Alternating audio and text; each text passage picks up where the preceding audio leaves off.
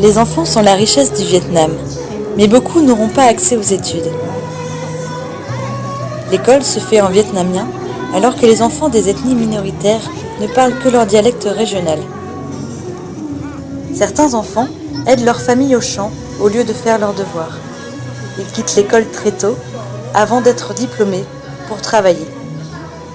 Les écoles spécialisées coûtent tellement cher que la plupart des enfants handicapés ne peuvent pas être scolarisés. Pour eux, faire des études ne sera jamais qu'un rêve. Vous pouvez leur permettre de s'épanouir dans leur famille, dans leur pays. J'ai découvert l'association Les Mains Ouvertes par hasard et j'avais été étonné de voir la difficulté des enfants pour aller à l'école, mais aussi le travail admirable que faisaient les sœurs de Saint-Paul de Chartres pour ces enfants. L'association organisa un voyage au Vietnam et j'ai sauté sur l'occasion avec le souhait de rencontrer ma filleule, mais aussi le désir de découvrir ce pays.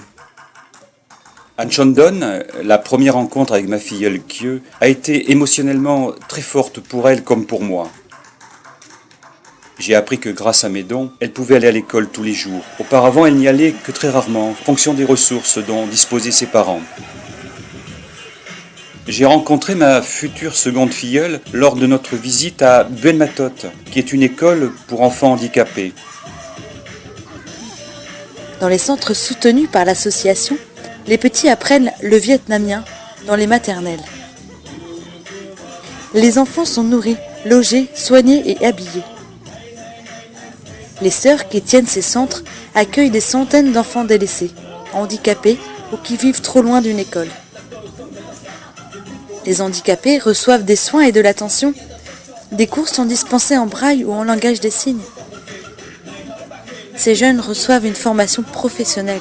Couture, menuiserie, cuisine, peinture. Et ceux qui le peuvent entrent à l'université.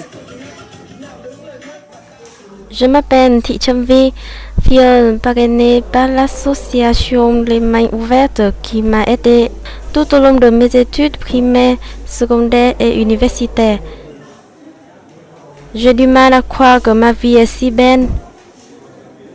Je vous promets de m'enforcer, de travailler et de vivre mieux, car je pense que c'est la meilleure manière de remercier chacun. Kieu est rentrée cette année au collège. Taovi, une petite fille sourde et muette, travaille très bien à l'école. De plus, elle vient d'intégrer les cours de danse dispensés par les sœurs.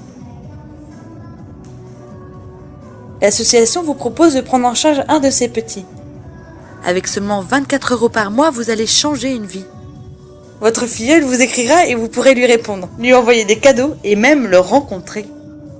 N'hésitez pas, contactez-nous. Et souvent, c'est à la mesure de ce que l'on donne que l'on reçoit.